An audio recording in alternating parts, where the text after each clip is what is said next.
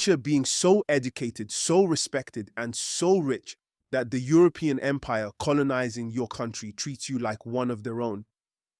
But then you realize they are planning to steal your people's ancestral homes. What do? Do you stay quiet, keep your wealth, and look the other way? Or do you risk everything, your crown, your family, and your very life, to fight back?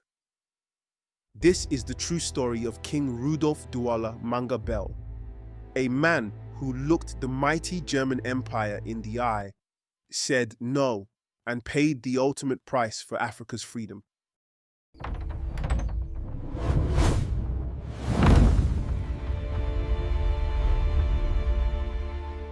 To understand the man, we must first visit where he grew up.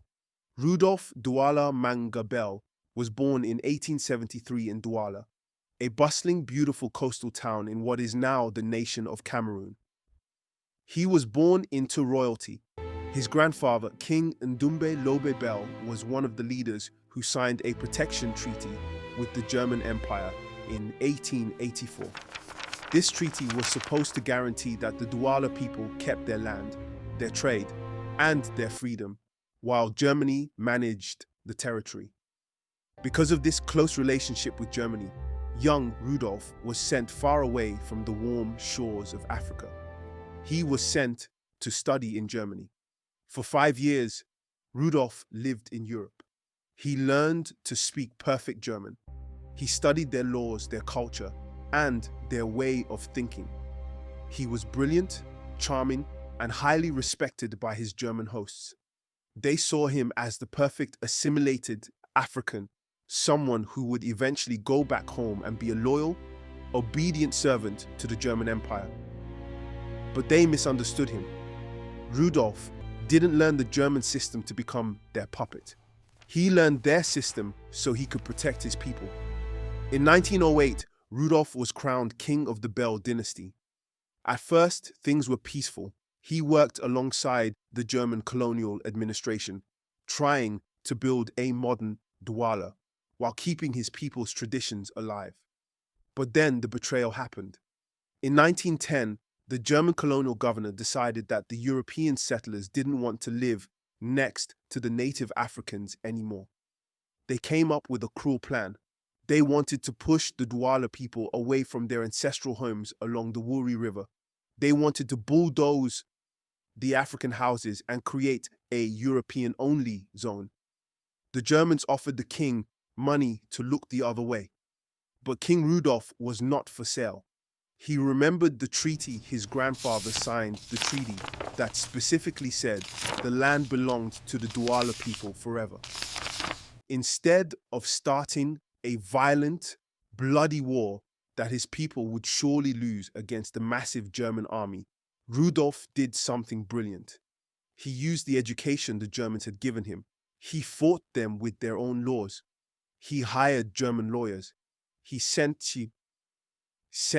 petitions directly to the German parliament in Berlin. He argued that taking the land was illegal, immoral, and a violation of the treaty. For a while, he actually caused a massive political headache for the German government. He proved that an African leader could outsmart a colonial power in their own courts. But the colonial masters were not going to let an African king win. They ignored his legal victories.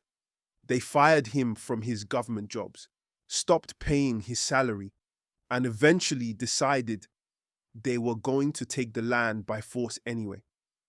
This is where King Rudolf's true impact on Cameroon and Africa was born. When the law failed, he didn't give up. He realized that the Douala people couldn't fight the empire alone. So he started reaching out. He secretly contacted other kings and chiefs across Cameroon, like the famous Sultan Njoya of Bamum. He told them, "Today it is my land, tomorrow it will be yours. We must stand together."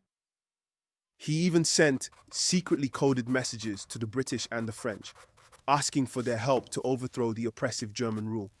King Rudolf was no longer just fighting for a piece of land by the river.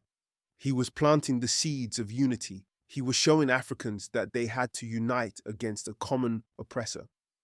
He became an early pioneer of Pan-Africanism, the idea that the fate of all African people is tied together.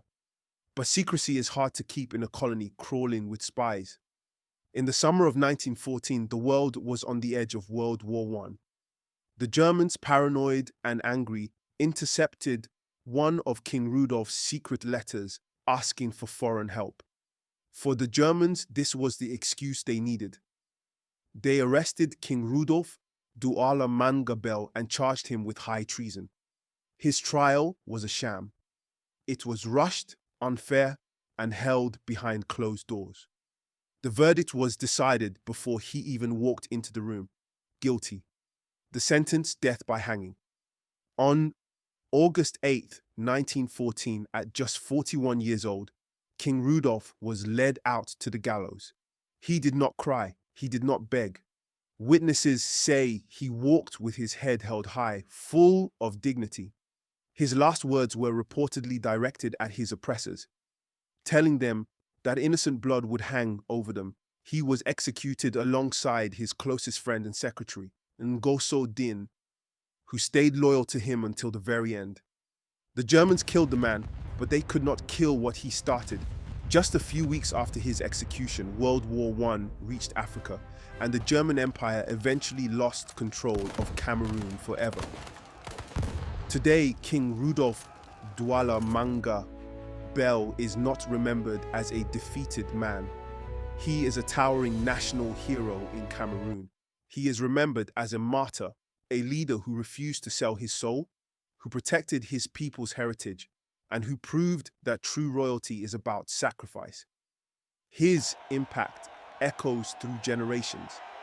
He taught Africans that education is a weapon, that unity is strength, and that justice is always worth fighting for, no matter how big the enemy is. So the next time you think your voice is too small to make a difference against a giant, remember the king from Douala. Remember Rudolf Duala Manga Bell. Thank you for watching and listening to this piece of African history. Subscribe, like, share, and leave your thoughts in the comments.